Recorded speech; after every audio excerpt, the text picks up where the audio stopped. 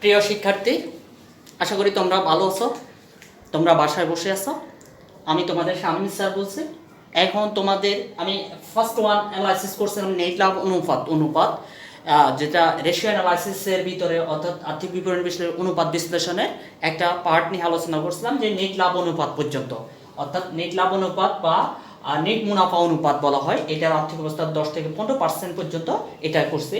এখন আমাদের নিয়ে আলোচনা করব আজকে।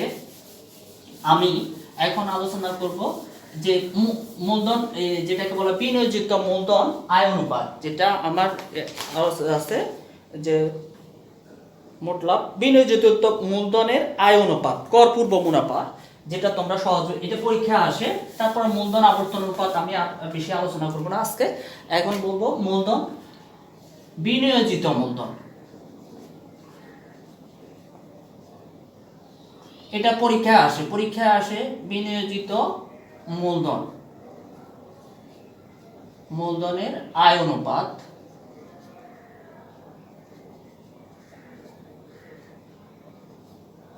যেটা ব্র্যাকেটে কর পূর্ব মুনাফা।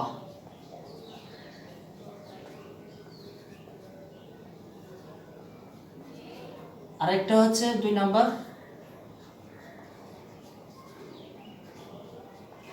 বিনিয়োজিত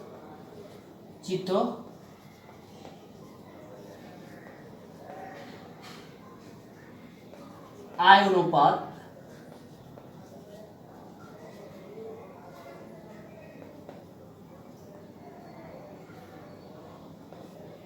যেটা হচ্ছে কর পরবর্তী মুনাফা।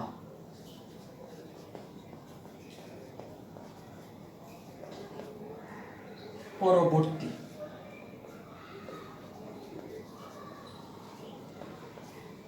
দেখো, বিনিয়োজিত মূলধনের আয় অনুপাত, বিনিয়োজিত মূলধনের আয় অনুপাত একটা হচ্ছে কর পূর্ব আর একটা হচ্ছে কর পরবর্তী। নাম্বার 3 যেহেতু বিনিয়োজিত নিয়ে আসছি, আর একটা হচ্ছে বিনিয়োজিত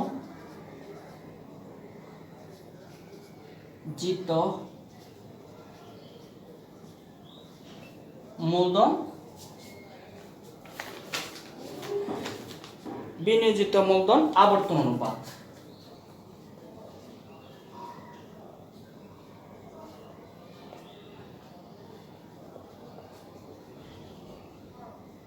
পরীক্ষা আসে বিনিয়োজিত মূলধন আবর্তন অনুপাত অথবা মূলধন আবর্তন অনুপাত।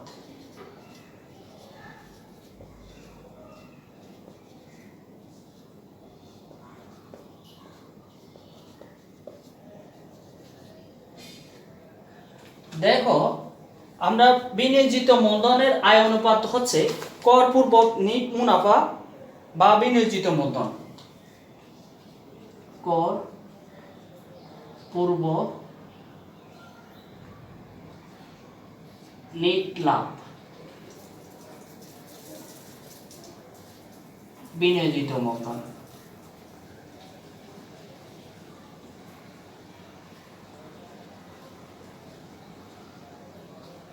এর সাথে কি করব, 100 গুণ করব কর পরবর্তী মুনাফা।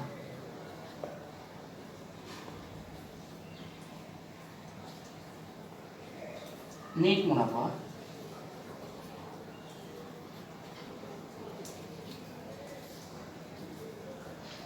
বিনিয়োজিত মূলধন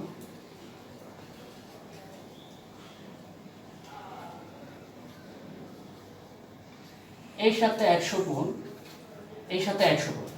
এটার আদর্শ মানটা হচ্ছে 10 থেকে 15%, এটার হচ্ছে 10 থেকে 15%,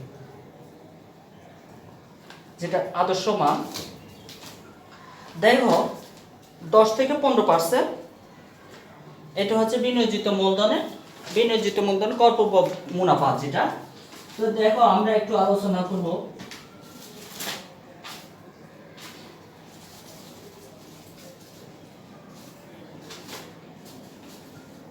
দুটোটার 10 থেকে 15%। দেখো, বিনিয়োজিত মূলধনের আয় অনুপাত হচ্ছে কর পূর্ব নিট লাভ ডিভাইডেড বাই বিনিয়োজিত মূলধন ইনটু 100। এটার আদর্শ মান হচ্ছে 10 থেকে 15% হলে বিনিয়োজিত মূলধন, ওকে। আর কর পরবর্তী নিট মুনাফা ডিভাইডেড বাই বিনিয়োজিত মূলধন এটা গুণ 100। এটা 10 থেকে 15%, এটা আদর্শ মান। আর নেট বিক্রয়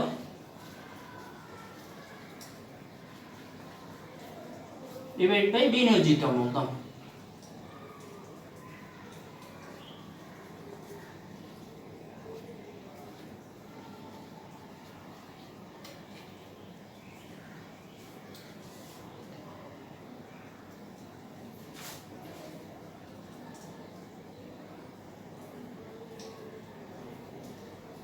বা বিক্রিত পণ্যের ব্যয়টাকেও বলবো আমরা কি করব, বা বিক্রিত পণ্যের ব্যয় যদি পরীক্ষায় যদি না থাকে সেটা বিক্রিত পণ্যের ব্যয়টাকেও বলবো আমরা নেট বিক্রয় হিসাবে কাউন্ট করব।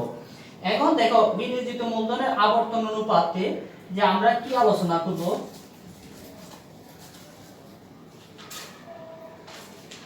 দেখো প্রিয় শিক্ষার্থী, করপূর্ব মূলধন আর বিনিয়োজিত মূলধন। দেখো বিনিয়োজিত মূলধন কোনগুলো, বিনিয়োজিত মূলধন পরীক্ষা আসে বিনিয়োজিত অথবা বলবে যে বিনিয়োজিত মূলধন নির্ণয় করো। বিনিয়োজিত মূলধন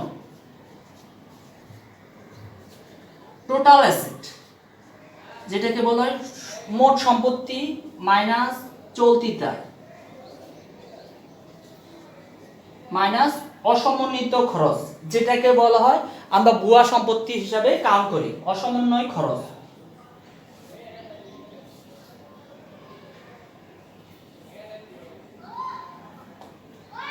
অসমন্বয় খরচ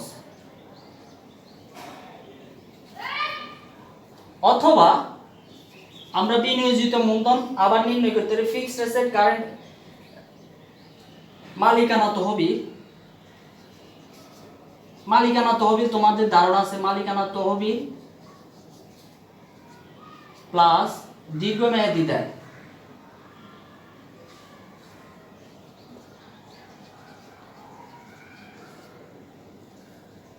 দীর্ঘমেয়াদীতে বন্ধক ঋণ প্রভিডেন্ট ফান্ড, আর একটা হচ্ছে কি দীর্ঘমেয়াদী দায়ের ভিতরে হচ্ছে প্রভিডেন্ট ফান্ড কল্যাণ তহবিল। এটা হচ্ছে দীর্ঘমেয়াদী দায় যেটা আমি আলোচনা করছিলাম। দেখো মালিকানা তহবিল সেটা তোমরা জানো, দীর্ঘমেয়াদী দায় জানো, মাইনাস ভুয়া সম্পত্তি দেওয়ার দরকার নাই, যেটা আমরা কি বলবো যেটা কাউন্ট করব।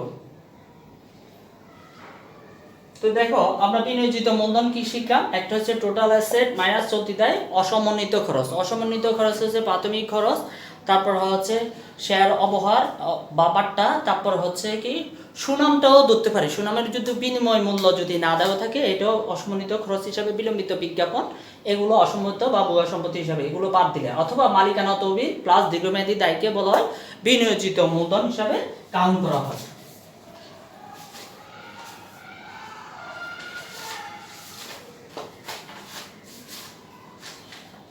দেখো বিনিয়োজিত মূলধন কি, বিনিয়োজিত মূলধন হচ্ছে সাধারণ শেয়ার, অগ্রাধিকার শেয়ার, সঞ্চিত তহবিল, প্রতিপূরক শেয়ার, অধিয়া লভ্যাংশ, সমান্তরাল তহবিল, 10% ঋণ। এটা সবগুলো দীর্ঘমেয়াদী দায়গুলো নিয়ে আলোচনা করছে। আচ্ছা, মোট সম্পত্তি থেকে অথবা মোট সম্পত্তি থেকে অথবা বিনিয়োজিত মূলধন অথবা মোট সম্পত্তি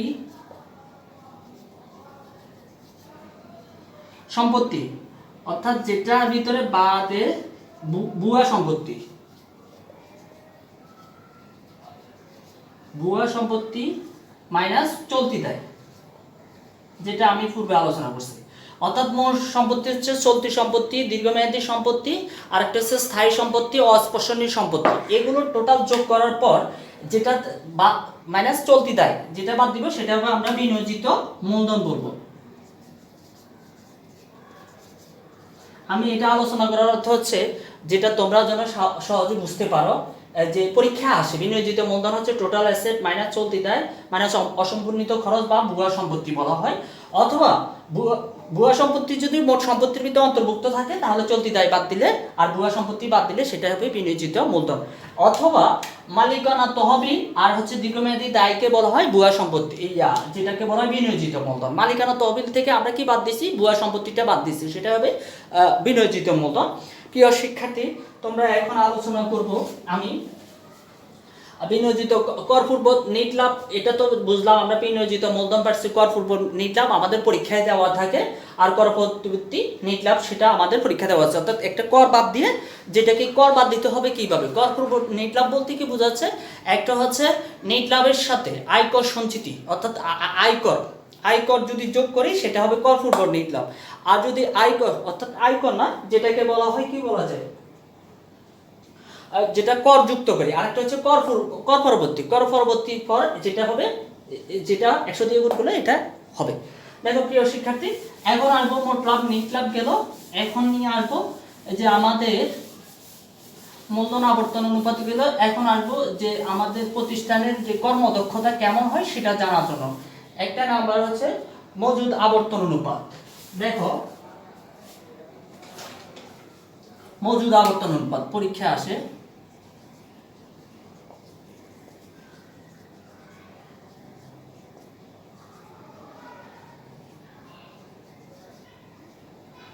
বিক্রিত পণ্যের ব্যয়, বিক্রিত ডিভাইডেড বাই গড় মজুদ। গড় মজুদ বলতে কি বুঝছে, প্রারম্ভিক মজুদ প্লাস সমাপনী মজুদ ডিভাইডেড বাই 2, এটাকে বলা হয় গড় মজুদ। দেখো বিক্রিত পণ্যের ব্যয় তো আমরা জানি, বিক্রিত পণ্যের ব্যয় কেমনে নির্ণয় করতে হয়।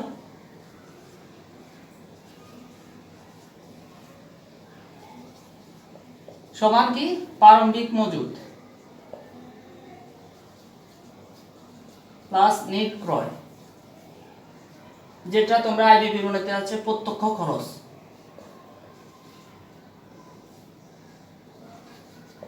প্রত্যক্ষ খরচ আন্তঃপরিবহন মজুরি, যেটা কি হয় পণ্য উৎপাদন করার আগ পর্যন্ত যে সকল খরচ হয় সেটাকে বলা হয় প্রত্যক্ষ খরচ। তারপরে হচ্ছে মাইনাস সমাপনী মজুদ পণ্য।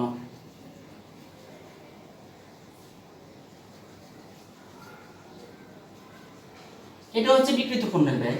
অথবা আমরা কি করি, অর্থাৎ মোট লাভ থেকে নেট বিক্রয় মাইনাস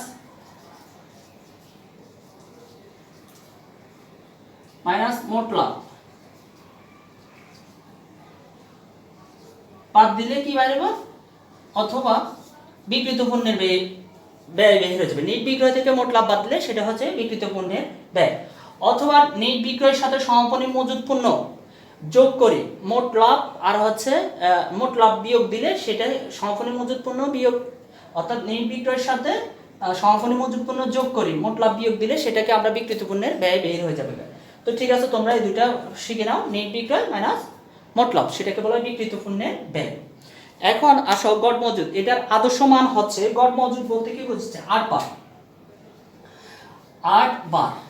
8 বার মিন্স হচ্ছে 8 বার বলতে কি বোঝাচ্ছে, অর্থাৎ আমার মজুদ আবর্তন, অর্থাৎ পণ্যটা মজুদ কতটুকু আছে সেটা জানার জন্য। অর্থাৎ মজুদ আবর্তন বলতে বোঝাচ্ছে যে বলতে অর্থাৎ কি আমার অর্থাৎ পণ্য ক্রয় করি এবং পণ্য বিক্রয় করার জন্য অর্থাৎ নির্দিষ্ট একটা মজুদ থাকে, সেটাকে বলা হয় গড় মজুদের।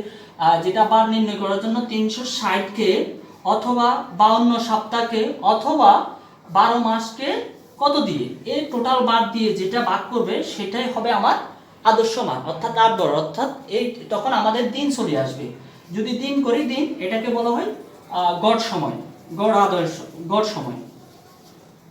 এটার আদর্শ হচ্ছে সর্বনিম্ন 8 বার। তো ঠিক আছে, আমি গড় মজুদ আবর্তন অনুপাত সূত্র বুঝাচ্ছি, বিক্রিত পণ্যের ব্যয় ডিভাইডেড বাই গড় মজুদ, এটা হবে 8 বার। যত আসবে ভাগ করলে যেটা হয় সেটা হবে আদর্শ মান হচ্ছে 8 বার। আর গড় মজুদ হচ্ছে প্রারম্ভিক মজুদ প্লাস সমাপনী মজুদ ডিভাইডেড বাই কি 2 গড় মজুদ। আর বিক্রিত পণ্যের ব্যয় আমরা জানি নেট বিক্রয় থেকে মোট লাভ বাদ দিলে বিক্রিত পণ্যের ব্যয় চলে আসবে। এবার আসো দেনাদার আবর্তন অনুপাত বা প্রাপ্য আবর্তন অনুপাত।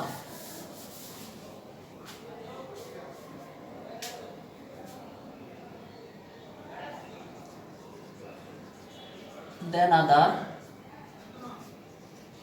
বা প্রাপ্য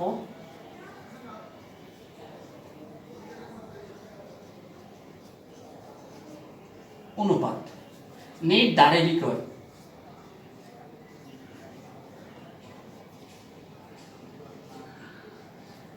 বা বিক্রয়কে বলতে পারি আমরা কি বলবো দাঁড়ে।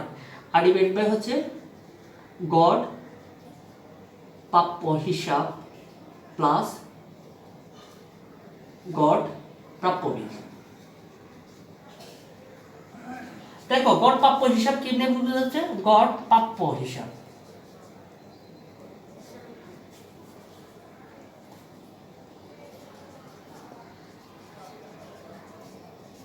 গড় প্রাপ্য হচ্ছে প্রারম্ভিক প্রাপ্য প্লাস সমাপনী প্রাপ্য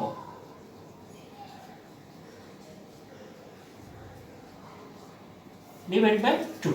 আর গড় প্রাপ্য বিল হচ্ছে প্রারম্ভিক প্রাপ্য বিল আর যোগ সমাপনী প্রাপ্য বিল ডিভাইড বাই 2। এটা দুটো মিলে যোগ করি যেটা হবে গড়, যেটা হবে দেনাদার প্রাপ্য আবর্তনের অনুপাত। এটার আদর্শ মান হচ্ছে 4 থেকে 6 বার, 4/6।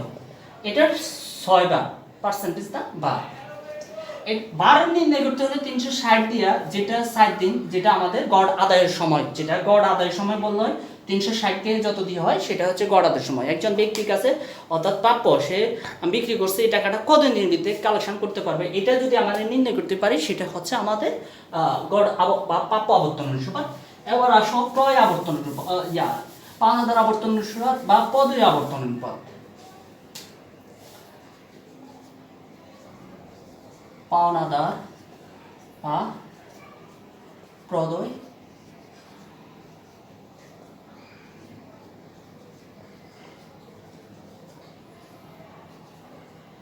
নিট দ্বারে ক্রয়,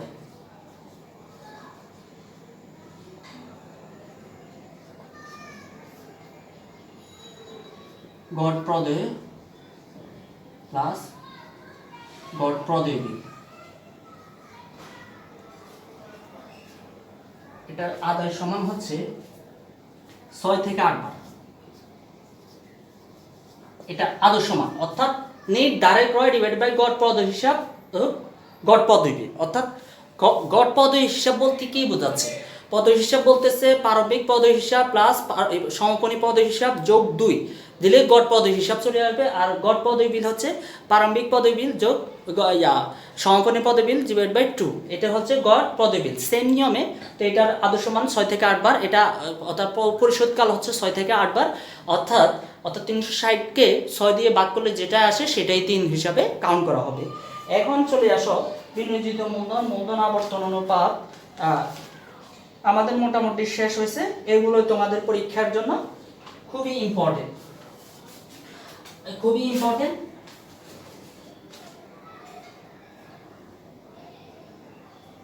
দেখো যদি বলা হয় কর পরবর্তী নেট লাভ, কর পূর্ববর্তী যদি নেট লাভ বলা হয় তাহলে আমাকে কর পূর্ববর্তী, আমি তোমাদেরকে একটা জিনিস নাকি এটা একটু আলোচনা করা দরকার। কর পূর্ববর্তী নেট লাভ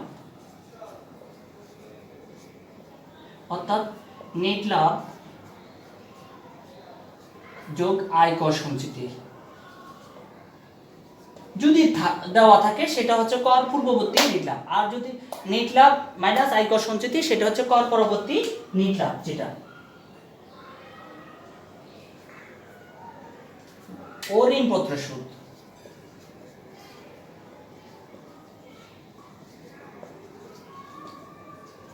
এটা হচ্ছে কর পূর্ববর্তী নেট লাভের পরিমাণ। আমরা বিনিয়োজিত মূলধন শিখলাম। তো প্রিয় শিক্ষার্থী, আজকে আর আলোচনা কিছু করব না। আমি তোমাদেরকে নিয়ে একটু আবার পুনরায় করি যে চলতি অনুপাত, ত্বরিত অনুপাত বা দ্রুত অনুপাত, তারল্য অনুপাত, তারপর হচ্ছে অগ্নি টেস্ট, এগুলো কার্যকরী মূলধন বা চলতি মূলধন, যেটাকে বলা হয় চলতি সম্পদ মাইনাস চলতি দায়। আর হচ্ছে কার্যকরী মূলধন অনুপাত চলতি সম্পদ মাইনাস চলতি দায় ডিভাইডেড বাই চলতি দায়। এটার আদর্শ মান তো জানা আছে 1:1, অথবা কার্যকরী মূলধন আবর্তন অনুপাত। একটা জিনিস মনে রাখবে, কার্যকরী মূলধন একটা কার্যকরী মূলধন অনুপাত একটা কার্যকরী মূলধন আবর্তন বললে তখন আবার নেট বিক্রয় ডিভাইডেড বাই কি কার্যকরী মূলধন। মালিকানা মোট সম্পত্তি, আরেকটা জিনিস আলোচনা করি নাই, মালিকানা মোট সম্পত্তি, মালিকানা ও মোট সম্পত্তি। এটা হচ্ছে মোট মালিকানা তহবিল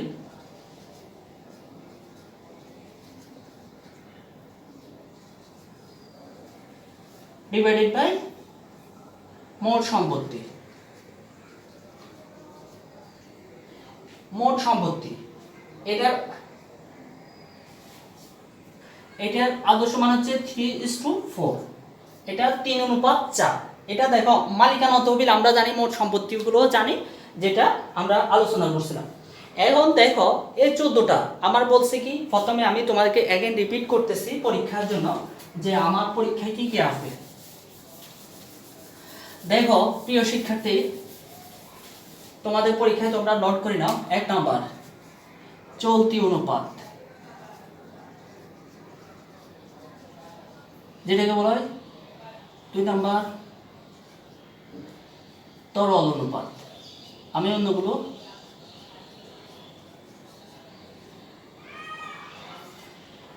কার্যকরী মূলধন।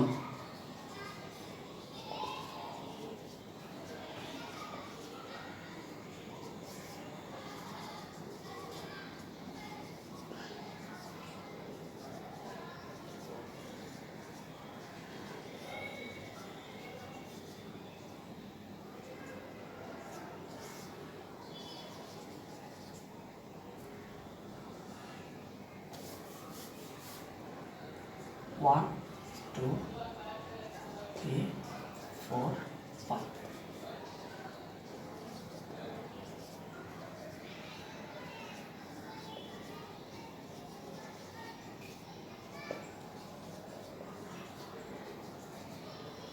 প্রিয় শিক্ষার্থী, তোমরা লেখাগুলো একটু তোমরা শুনে রাখো, লেখাগুলো তোমরা বাসায় ইয়ে করো। তারপর হচ্ছে দায় মালিকানা অনুপাত।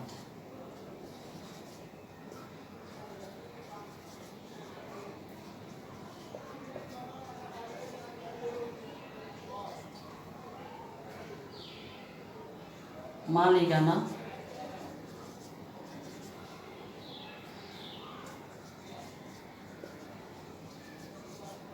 সম্পত্তি অনুপাত।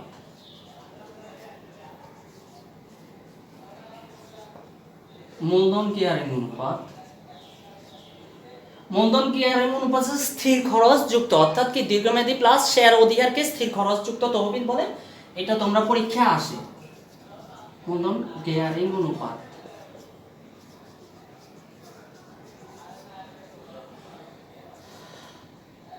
মোট লাভ অনুপাত।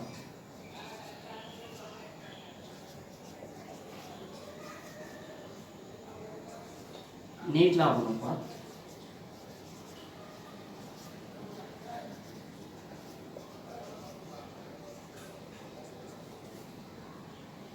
মজুদ আবর্তন অনুপাত।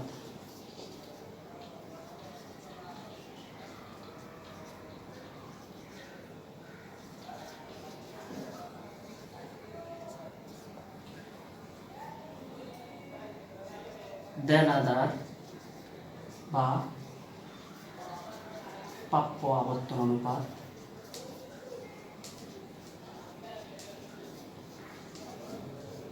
দেখো প্রিয় শিক্ষার্থী, এই নিচের জায়গায় নিতে আমি আবার উপরে লিখতেছি, তোমরা একটু মূলধন আবর্তন অনুপাত। নাম্বার 13 হচ্ছে পাওনাদার আবর্তন অনুপাত। পাওনাদার বা প্রদেয় আবর্তন অনুপাত।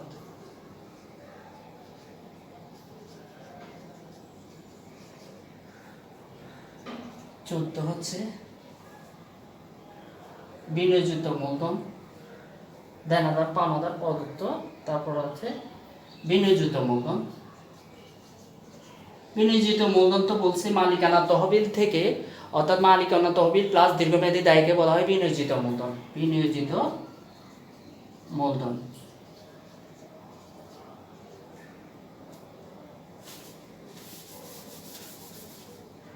নাম্বার 15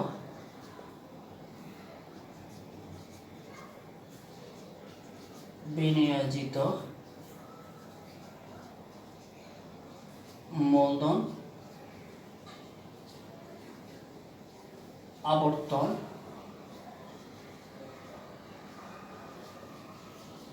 অনুপাত বা মূলধন আবর্তন অনুপাত।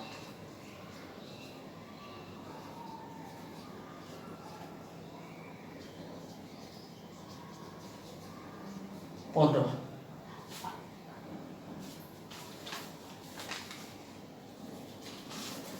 লাস্ট হচ্ছে 14, 15, 16টা দিচ্ছি 16, অর্থাৎ বিনিয়োজিত মূলধন কর পূর্ব, আর একটা হচ্ছে কর পরবর্তী।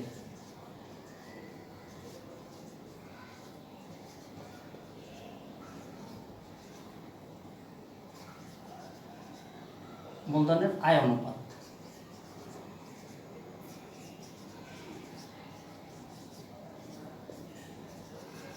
কর পূর্ব নেট লাভ,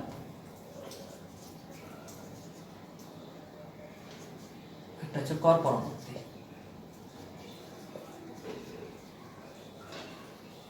দেখো প্রিয় শিক্ষার্থী, তোমাদের পরীক্ষায় আমি মাত্র 16টা দিছি, 16টার ভিতরে তোমরা 10টা মার্কস আনসার করতে পারবা।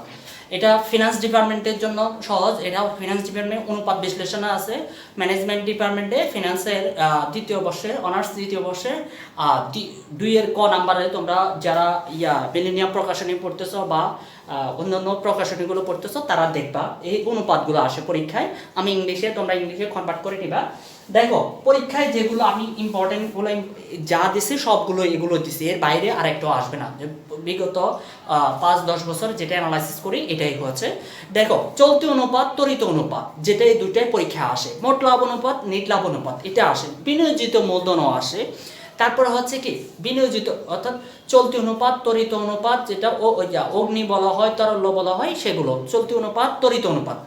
কার্যকরী মূলধন, চলতি অনুপাত বলতে কি বোঝাচ্ছে? চলতি সম্পদ ডিভাইডেড বাই চলতি দায়। ত্বরিত বলতে বোঝাচ্ছে কি?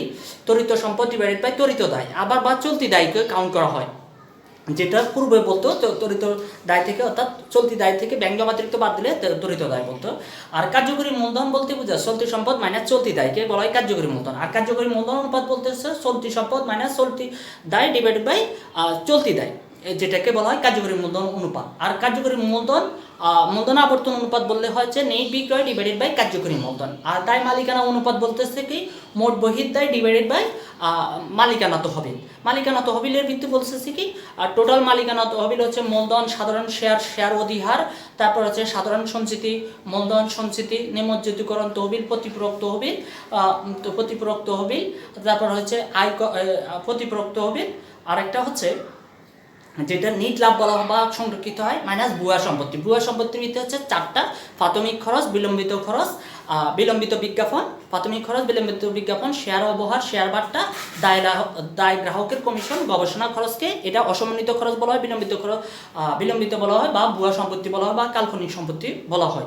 এবার দেখো আমরা মূলধন গেয়ারিং অনুপাত বলতে মূলধন গেয়ারিং অনুপাত মোট সম্পত্তি এবং মালিকানা ও মোট সম্পত্তির অনুপাত। মালিকানা তহবিল ডিভাইডেড বাই মোট সম্পত্তি দিয়ে ভাগ করলে সেটা মালিকানা ও মোট সম্পত্তি অনুপাত আসবে। মূলধন গেয়ারিং অনুপাতে কি বলছে?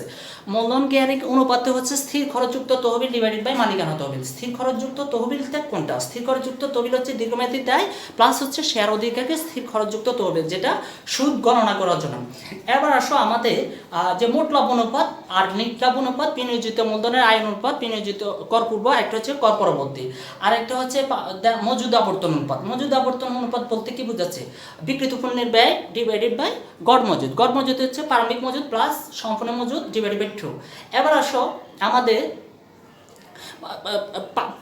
প্রাপ্য বা দেনাদার আবর্তন অনুপাত কি বলছে? প্রাপ্য বা দেনাদার আবর্তন অনুপাত বলছে দারে বিক্রয়, নেট দারে বিক্রয় ডিভাইড বাই গড় প্রাপ্য বা গড় প্রাপ্য বিল, দুইটা মিলে যোগ করে যেটা হয় সেটাই আমরা যেটা স্ট্যান্ডার্ড মান ধরে হয়। আর একটা দেনাদার আবর্তন পাওনাদার আবর্তন অনুপাত হচ্ছে নেট দারে ক্রয় ডিভাইডেড বাই কি গড় পদয় হিসাব প্লাস গড় পদয় বিল। না থাকলে একটা দিয়ে আমরা ভাগ করবো, যেটা হবে। আর বিনিয়োজিত মূলধনের আয় আবর্তন অনুপাত, এটা তো বলছে নেট বিক্রয় ডিভাইডেড বাই কি বিনিয়োজিত মূলধন। আর আমাদের মূলধন গেয়ারিং অনুপাত আর তো কিছু নাই। আমরা বিনিয়োজিত মূলধন নিয়ে একটু আলোচনা করি। বিনিয়োজিত মূলধন কি বলছে? বিনিয়োজিত মূলধন হচ্ছে যেটা আমরা মোট সম্পত্তির থেকে চলতি দায় বাদ দিয়ে, মোট সম্পত্তি মাইনাস চলতি দায় মাইনাস ভুয়া সম্পত্তি বাদ দিলে সেটা হবে বিনিয়োজিত মূলধন। আর মোট সম্পত্তি বলতে হচ্ছে চলতি সম্পত্তি, দীর্ঘমেয়াদী সম্পত্তি, স্থায়ী সম্পত্তি, অস্পর্শনীয় সম্পত্তি মাইনাস ভুয়া সম্পত্তি, যদি ভুয়া সম্পত্তি অন্তর্ভুক্ত থাকে, মাইনাস কি করতে হবে? চলতি দায়গুলো আমি বলছি প্রস্তাবিত লভ্যাংশ। আর একটা হচ্ছে কি যেটা আয়কর সঞ্চিতি, এটা চলতি দেয় ব্যাংক জমা দিতে, এগুলো তোমরা আলোচনা করেছো। আর প্রিয় শিক্ষার্থী 10 + 10 সমান হচ্ছে 98 হয়। এটা আমি 4 + 4 8 যদি হয়। আর একটা অঙ্ক দিয়েছিলাম যে 5 + 5 = 10 আর 8 যোগ করলে 18 হয়, 6 + 6 = 12, 12 আর 18 যোগ করলে 30। এভাবে পর্যায়ক্রমে একটা অঙ্ক দিয়েছিলাম। তো ঠিক আছে, তোমরা ভালো থেকো, সুস্থ থাকো, এই কামনা করি আজকে বিদায় নিচ্ছি। আল্লাহ হাফেজ।